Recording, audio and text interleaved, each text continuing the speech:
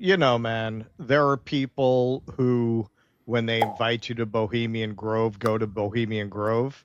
And then there are Yeah. people who wind up in a near miss in a plane. Right. You shouldn't have turned them Jimmy, down. Yeah. yeah, Jimmy Dore Yeah. is the latter, is the latter. So here he is with Steph right after this happened. A few minutes ago, we ended up having crazy turbulence on this flight. Like, Jimmy, have you ever had that experience before that much? It turns out not turbulence. It was the pilot taking an aggressive move because there was another plane coming at us. That's what it was. There's a collision avoidance. Wow. We're driving home. You're driving home. Good call. Yeah. Good call. Yeah. So he posted later on, just now on Southwest Flight 1496, Burbank to Las Vegas, pilot had to dive aggressively to avoid midair collision over Burbank Airport. Myself and plenty of people flew out of their seats and bumped heads on ceiling. A flight attendant needed medical attention. Pilot said his collision warning went off and he needed to avoid plane coming at us. So, of course, there was a lot of reporting on this. So let's take a look at what happened here. Tonight, a Southwest flight violently dropping hundreds of feet as the pilot tried to avoid a midair collision with a former British fighter jet. It was chaos. There was screaming. There was just people were frightened. It happened about 6 minutes after takeoff at Burbank Airport. The plane bound for Las Vegas suddenly dropping 500 feet when the Southwest pilot got a warning from the collision avoidance system. There was about, I would say, an 8 to 10 second drop of free fall. Never experienced that. It's terrifying. It shakes you to the core. As the plane leveled off, passengers say the pilot told them what had happened. 2 to 3 minutes later, the pilots got on the intercom and told everybody that they had maneuvered the aircraft to avoid a midair collision. Passengers say the fasten seatbelt sign was still on, but drink service was just starting. All that I could physically see was that the flight attendant was injured. It looked to me like that she had a head injury because she had the ice pack on her head for the remainder of the flight. It comes just days after a Delta regional jet landing at Minot International in North Dakota made a hard turn after spotting a B-52 bomber. The Air Force says that military jet seen here flying over a state fair had its location turned off and was never told about an inbound commercial jet by Minot's air traffic control. And tonight, passengers on board that Burbank flight say they're stunned. It felt out of your control. It felt very scary. You just didn't know what it was. Lindsay, it's not clear why that 66-year-old retired fighter jet was in the area or how close it was to that Southwest plane, but 2 flight attendants were injured, and the FAA is now investigating. I keep saying, they say we don't have enough planes. We got all these museums. I go to these museums. There's planes everywhere. Why don't you put those up? Not clear exactly. I haven't seen any reporting on why that plane was up in the air. This is a little ironic that this happened with Jimmy. I mean, a little ironic for me, because all of those Boeing incidents were really happening one after the other when I was guest hosting for Jimmy, when I was actually in LA, going back and forth to LA a lot last year. So we were talking about this a lot, because he was flying a lot, I was flying a lot. After a certain point, I asked him to only book me on non-Boeing planes. So we had to start doing it that way. So, a lot more has happened since then, because at that time, the worry was Boeing. The worry now is the entire infrastructure of the aviation system, not to mention the people who are running it. So they mentioned that PBS flight. I'm sorry, I'm going to show a PBS clip. They mentioned that previous flight a few days before this happened. I think this was July 22nd, like right before this happened. Is investigating what led to a heart-stopping moment in the North Dakota skies this weekend. A Delta Airlines regional jet had to make a surprise hard turn on Friday to avoid colliding with a U.S. Air Force B-52 bomber. The pilot later apologized to passengers. Sorry about the aggressive maneuver. It caught me by surprise. This is not normal at all. I don't know why they didn't give us a heads up. The passenger flight was SkyWest Flight 3788, flying from Minnesota to North Dakota. The B-52 bomber was airborne to perform a flyover at the North Dakota State Fair. Both SkyWest and the Air Force have said they are also investigating the incident. For his actions, the pilot of the SkyWest flight was met with applause from the passengers, and the plane landed safely in Minot. I bet. Same thing happened with Jimmy's flight. You know you're going to clap when you hit the ground after something like that. And then this is just today. Speaking of our friends at Boeing, a wheel caught on fire, and the passengers had to be evacuated. Yeah.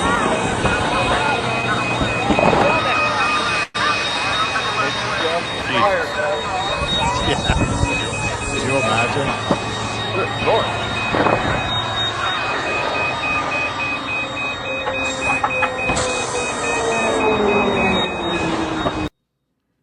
So listen, man, if I had been on that flight, there's probably a better than even chance I would have pissed myself if I were Jimmy. And he could very well have pissed himself. I haven't asked him. A man doesn't ask another man that. He might have pissed himself. Personal question. I'd say 83% chance I would have pissed myself if I had been on a flight that went down like that and people started flying out of the seats. But you have just a perfect storm of elements, I think, creating incidents like this. You have the Boeing factor. That's its own thing. You have Doge having rifled through the federal government. And while they deny it, we've done a lot of reporting on this. It looks like they fired a lot of support people that they should not have fired that interfere with the job of the maintenance people and the people who are supposed to be doing final checks. And I can't put this on this administration, but we have a long-standing problem with having enough air traffic controllers. That was a problem they inherited. I think Elon didn't make that any better. Sending out letters to people to justify their jobs, not exactly the best retention strategy when you have a shortage of air traffic controllers. This is the current Transportation Secretary, Sean Duffy, talking about that problem. The controllers, and it's going to take time. We have to train them up. But I think what's key is we've offered a bonus to air traffic controllers who are eligible to retire.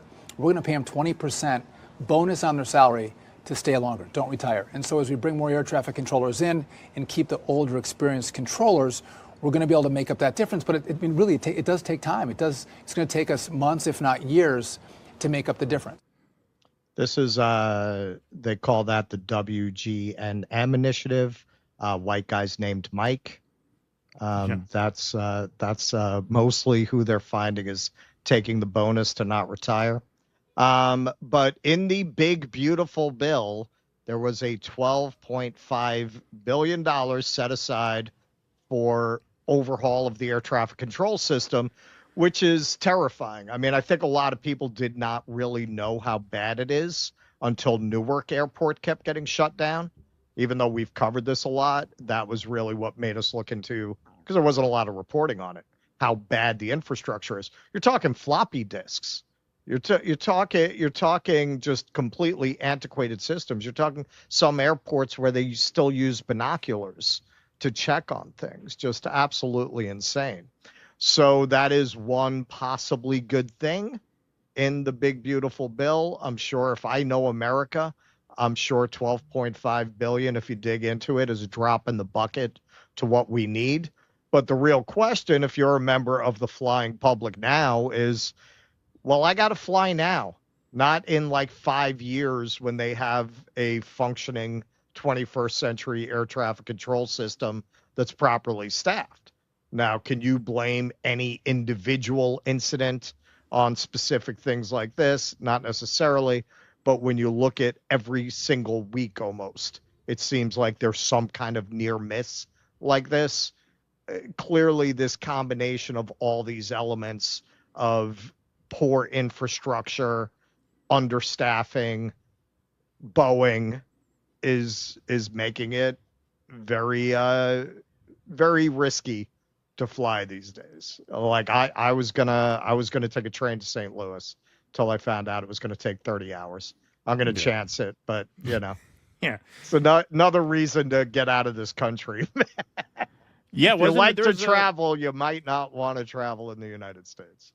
Wasn't there a poll that said like a considerable percentage of people are afraid to fly? A majority now. now. Yeah. I mean, how could you blame them?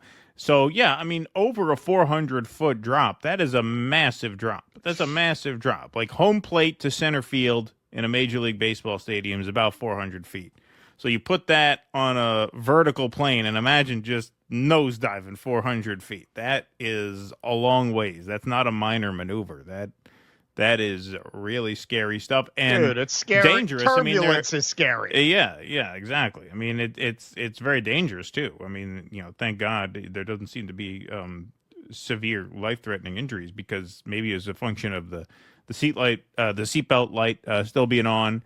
Because I imagine if you were not seatbelted, you'd have hit your head right on the ceiling. From what, one of the passengers who was interviewed said the seatbelt light was still on at that point, so that's why it's only really the stewardesses who were injured, because they were up. Yeah, I mean, if people were not seatbelted at that point, that could have been really, really terrible. So yeah. Glad Jimmy and Steph are okay, and good call on driving back. The Vegas to LA drive. What's that, about a 4.5 hour drive, probably something like that? I mean, but really, I think what's going to make the difference is I understand that now he is going to be going to Bohemian Grove next week. He called them. Well, yeah. So his brakes will probably be okay. Hey, look, now he has an excuse to join Bohemian Grove. Yeah, exactly. Exactly. He has an what do you excuse expect from the guy? Right. He has an excuse to become one of them now, because hey, I mean, look, he paid his dues, right? So you can't blame him. So there you go. Yeah. Congratulations. Yeah. That's how they get you. That's how they get you. You can only hold out for so long. Please clap.